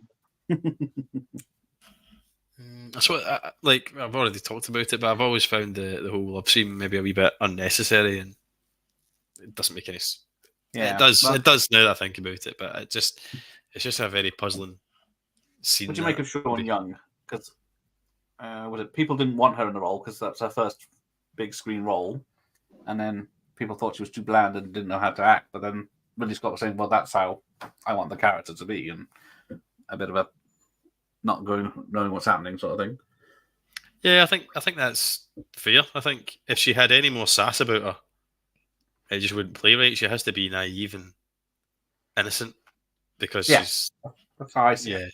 She's just came about, basically, hasn't she? Yeah, she played it right because she's an android. That's new.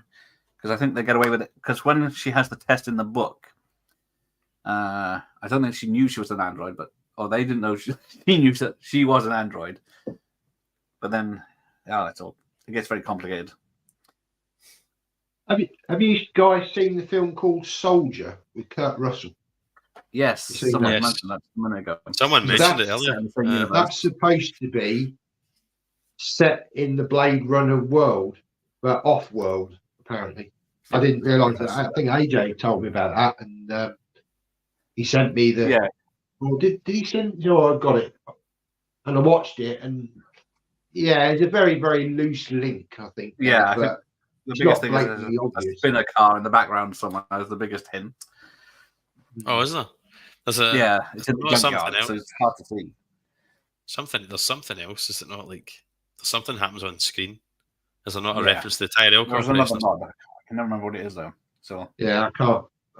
It's been a while since I've seen that. It's not a bad film.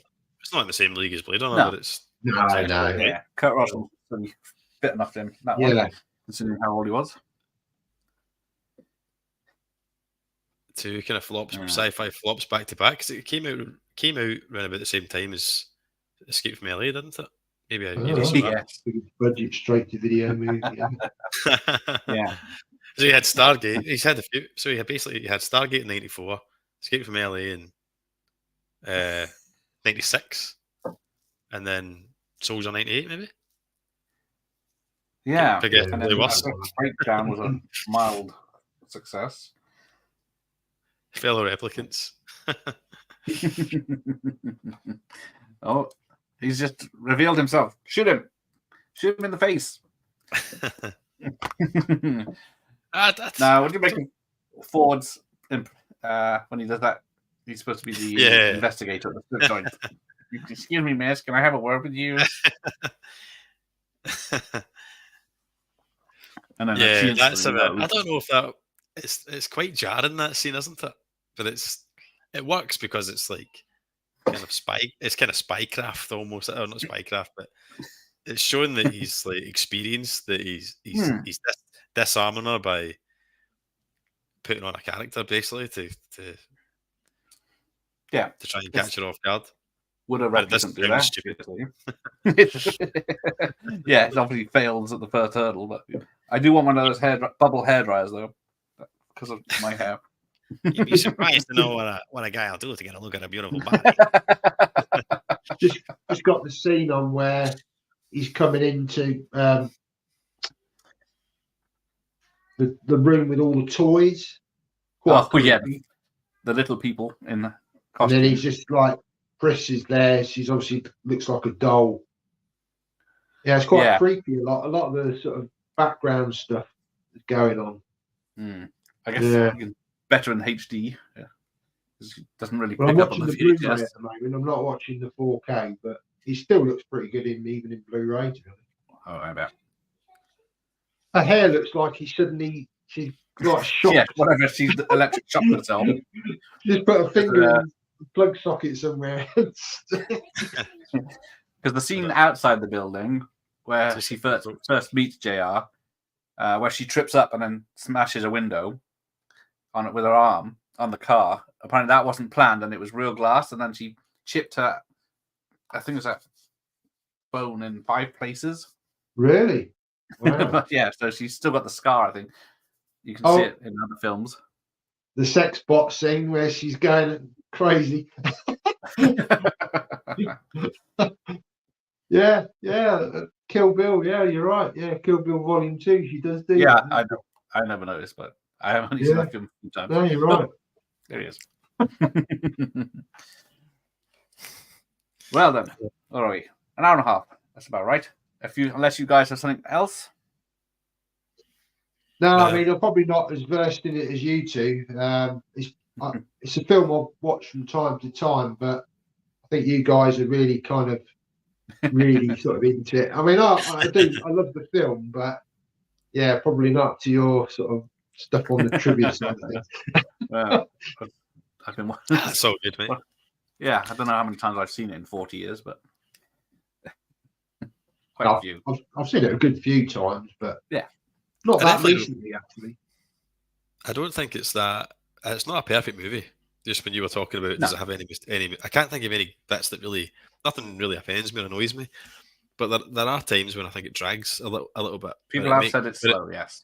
But it makes up for it with the amazing visuals, the concept. The scenes that are good. Offset some of the slow stuff. Like Priss meeting up with when Priss meets with J.R. Sebastian, I feel that takes forever. Like it's that sags a little bit. That whole and then there's the whole this is that subplot I told you about. Yeah, that whole subplot between I understand it because it's giving you an insight into like the replicants. That's some time with them and seeing how they kind of react with and that they can be kind of cruel as well because they're obviously quite kind of nasty towards him. So I get it, but that is quite slow. All that it kills the pace of the film a wee bit, in my opinion. That whole sequence. Yeah, it's definitely. Yeah, I don't know whether maybe a modern audience never seen either film. Possibly, you might be better going in with 2049 to start with, and then once having experienced that, then go back and revisit the original. Because, like I say, a lot. Modern audiences, because it's got those slow parts to it, might get a bit bored. I don't know. I mean, I wouldn't get bored with it, but a lot of people said that 2049 was boring and slow, but it's a long film. But it's 2.5 hours at least, isn't it? Yeah. Yeah, I suppose there are bits in that kind of drag a little bit. I think there's the bit where he goes to find the little girl, I think, with the horse and all that stuff. That's the factory and stuff. Yeah. So, yeah, I mean, you're going into these films. They're not going to be like Transformers or your typical sort of summer blockbuster. Other there, it's a science fiction with a lot of meaning behind it. So you've got to appreciate it. Yeah. Probably be in the right frame of mind as well to watch it. Yeah, that's kind of like what I said earlier, man. I think, Yeah. like, it's not something you stick on in a Saturday afternoon at 2:00 with the family talking about, is it? Yeah. But It's not a Star like, Wars. yeah, it's. I just think that like 2049 is slow in places, but it's deliberately slow burn. But at least I feel like every scene in it builds towards the overall plot and narrative. Like whereas, like the scene I mentioned with Pris and Roy and J.R. Sebastian, like ultimately the narrative and the kind of story in the first Blade Runner is he's trying to find these replicants. That's the kind of progressing story, is him hunting them down one at a time. And then you've got this kind of like a side where it's like 15, 20 minutes of just messing about with the replicants on their own. And it's like, where's Deckard? Like you want to get back to like the kind of Blade Runnering, shall we say? Whereas with 2049, there's like that section you say, Matt, where it does kind of slow down, but it's all tying into the central theme, or as they're finding out where this Rachel is and where Deckard is, and it's putting in the doubt as to there's that red herring of it makes it look as if Kay is going to be the son or the kids, but so I don't mind it as much in 2049. I think it's slow paced, but a bit more tailored, a bit more structurally tight than Blade Runner, I think. It's made more for modern audiences, isn't it? Made in a different time. Yeah, because it starts off with a fight, doesn't it, with Batista, isn't it? Or am I misremembering it now? Well, obviously Ridley Scott wasn't happy with the film, hence the reason why there's so many cuts. He's gone back and tinkered with it more and more till he got his final cut. Yeah. It's a great film. I'm sure some people will say it is perfect. I don't think it's perfect, but I still think it's a fantastic. Oh yeah. For me personally, seminal films. I think it's only silly people like AJ that don't like him. But I get it. It's like it's kind of like thematic, visually striking, slow burn sci-fi. That's not for everyone, Like so. It certainly wasn't. Was it 82? But when they wanted friendly ET, and then because it was mismarketed as well. Because if you watch the theatrical trailer, it's all the action beats, so they made it look like a sci-fi action film. And then of course people went to see it and said it's not a sci-fi action film. And then is that 2049? Mouth of that went around, and of course, there you go. Oh no, so that's the 1981. Oh yeah, it's because it's funny you say it though, because they did that with 2049 as well. Yeah, I thought that when I saw this doesn't feel like Blade Runner. Yeah, 2049. I wouldn't say it's an action film either. It's got action elements in it, but it's But if you watch the trailer, it's like a totally different movie though. It's basically got every action scene that happens in the film in it. So it looks a lot faster paced. Yeah, it actually is when you go to see it.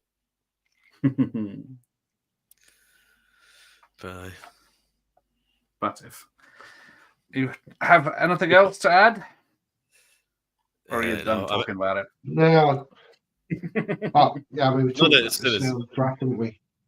As soon as I get off, that's when all the good talking points will come into my head. Yeah. Exactly. Same here. All the stuff I've written down, and then.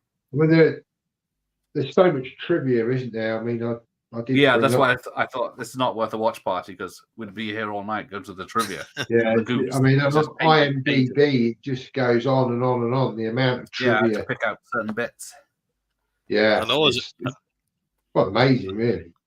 A knowledgeable chat section tonight as well. There's some proper experts in there that know a lot about it. I see they're putting the Ridley Scott's back catalogue to rights just now. Yes. But this one, we're on to Hannibal already.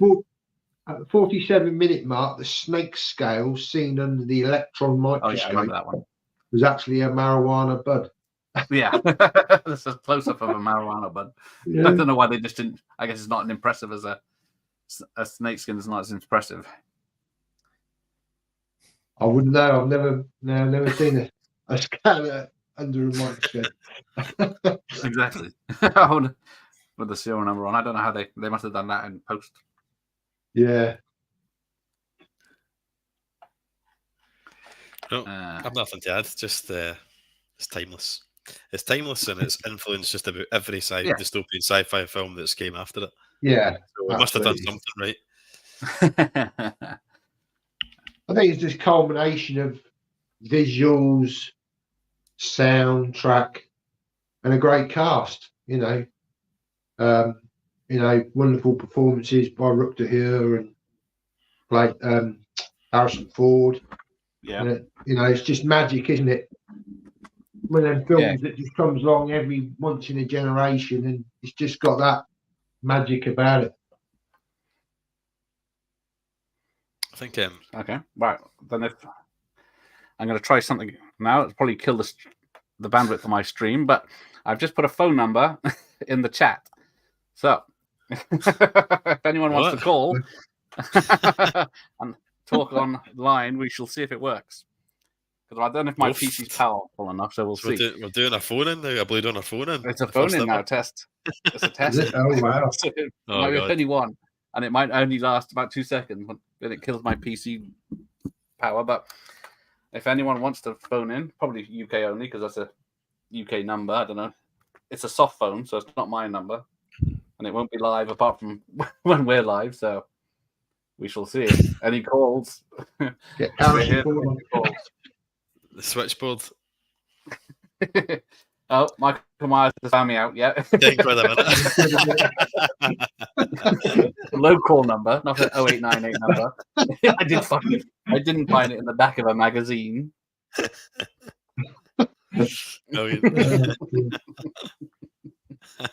We'll give it a minute, and if no one's called, we'll hang up and call it a day.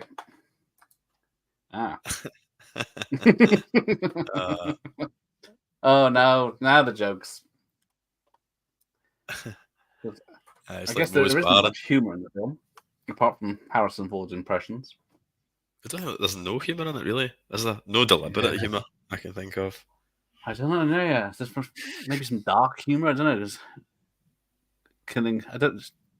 Oh well, there's the moment. There's a kind of funny line when Leon's fighting him because he's like, what was it? He says. He's like, now what is it? Oh, what is it?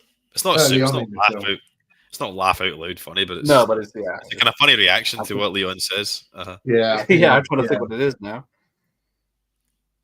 I think he's like, how old am I? And he's like, I don't know. And then he like slaps him across the face, and then they continue having this conversation, like being interrupted by slaps. If I remember it. The turtle tortoise scene. Yes, I guess the bit where they're talking about doing the test and then trying to get a reaction. It's all linked to animals, isn't it? Like the calf, the skin purse and stuff like that. And you see a turtle. What's a turtle? It's like a tortoise. Same thing. Like a turtle. You know what a turtle is? Same thing. Yeah. Same thing, yeah. Well, no, exactly the same. There's a scene because Holden. There was supposed to be another scene with Holden. Harrison Ford was.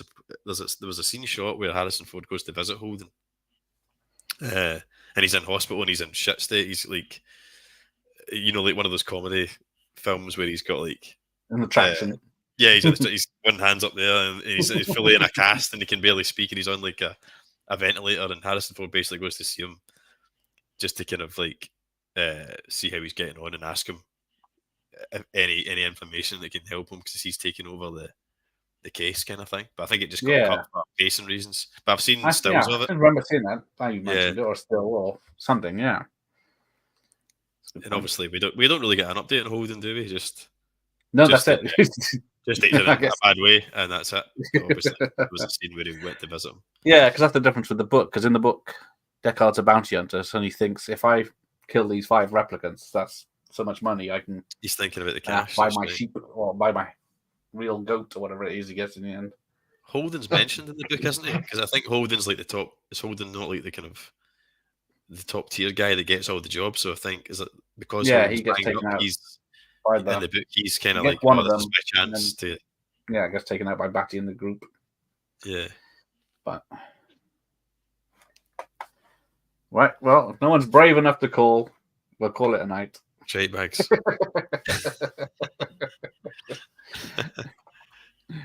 Right. Pretty much So what do you got next? Last scene of the film as well on here. Oh yeah. He's just about to do his speech. Oh no, I missed that. But he's there. He's just died. Yeah.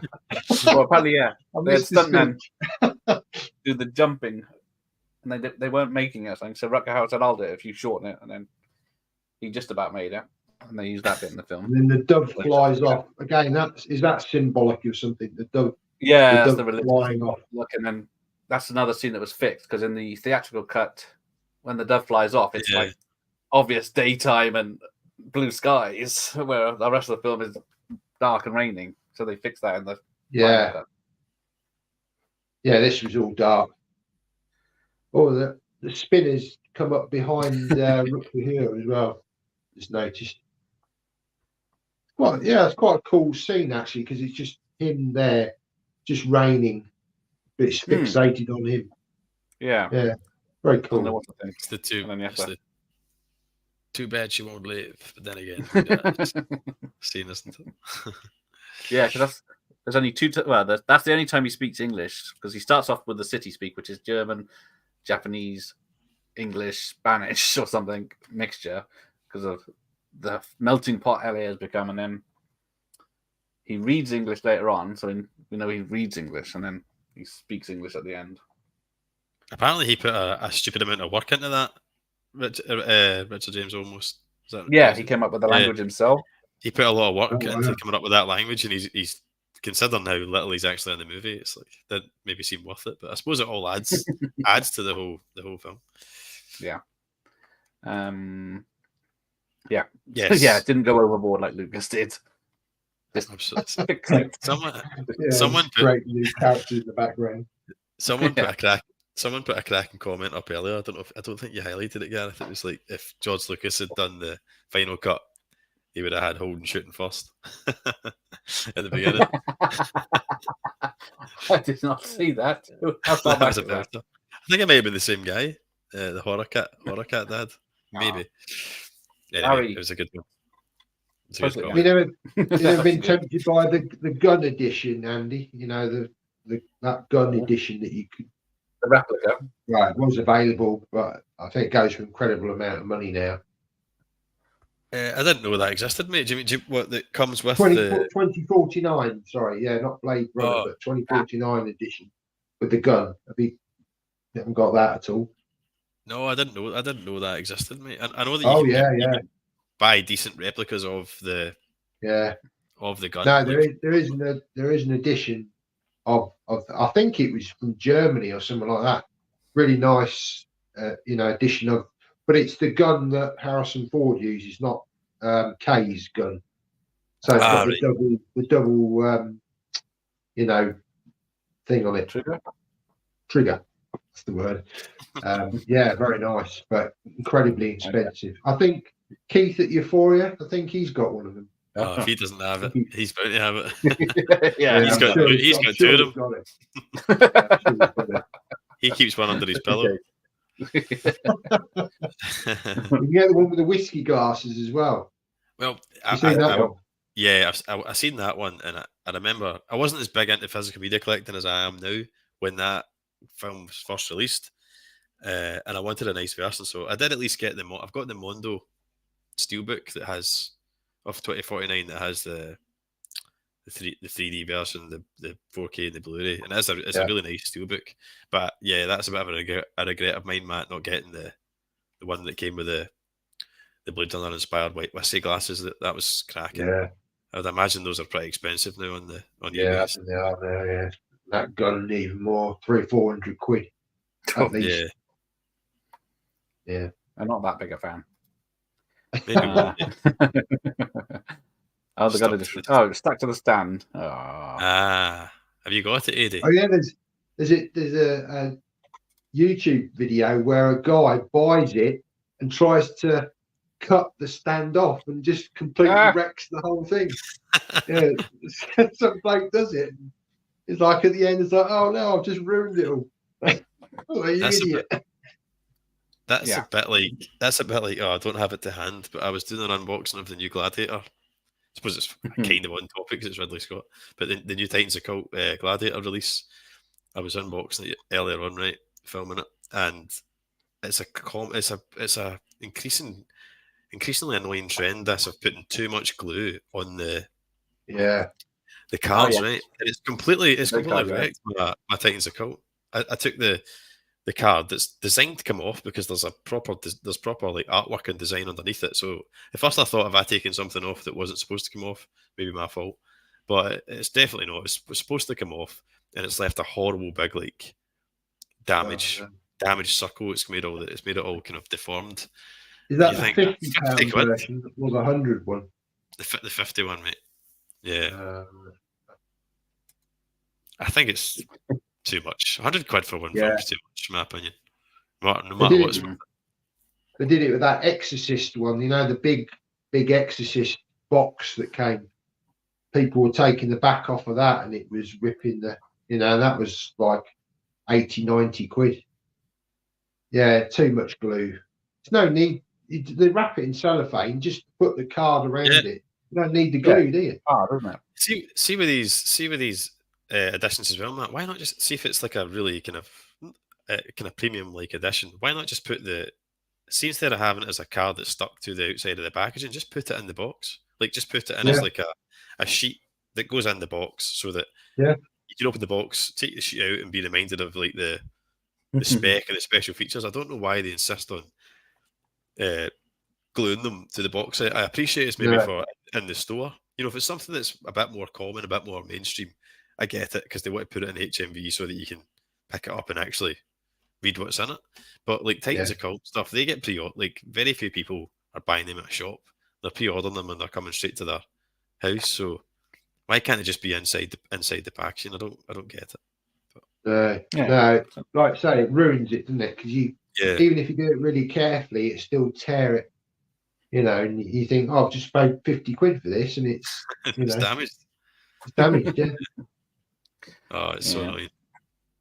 Yeah. Larry wants the briefcases up with all the cuts. Yeah, me first, Larry. You can buy it for me for Christmas next year. And there's plenty of them available if you're willing to remortgage your house.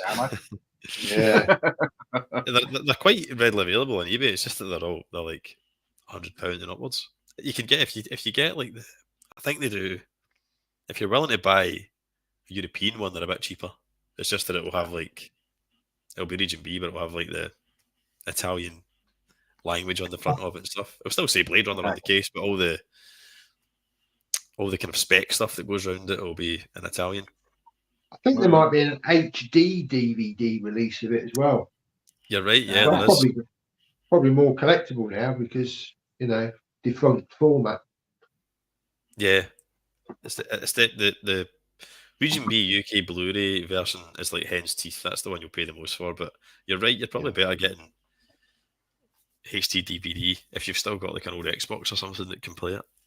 Yeah. If you're someone like Keith, like Euphoria Pictures or that, someone who has probably got multiple versions anyway, but you just want the item to physically display it.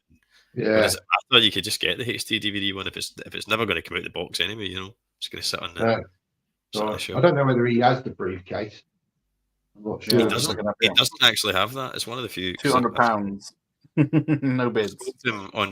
We did an episode together. Him and I. We had a chat, and it came up. It's for some point. It's one of the few things I think he doesn't have. Maybe go to now. Send it to him. Yeah. He gets a lot of free stuff now, doesn't he? His ears will be burning. HD DVD version, yeah. £4.99 with free shipping. That's not bad, is it? But then, yeah. Nice guy, Eddie. The Bladerunner Film Vault edition is mental. Is that mental in a good way or mental in a bad way? I like it. Pricey, is it? He means REF to buy one off eBay. It's mental. Yeah. Maybe I'll see one in a charity shop. I'm glad I got that one. Yeah. Right, yeah. I won't watch the film. Brother, let's walk in. Yes. Oh, there you go. Great way and price now. Oh, right, yeah. Oh, Larry's got the Vault Edition. Curse you, Larry. Emma's got the nice stuff. Right. I'm going to go and cry. So, thanks for these two for joining me. And No problem. what have you got next, Matt? What's that? What you got next? What, my channel? Yeah, why not? I think there might be an unboxing on Friday, and then something on Sunday, which I can't remember. I've got quite a few videos already in the works, already loaded, about 10 videos. I can't tell you what they are off the top of my head. Yeah, I got that. And Andy, what are you going to do?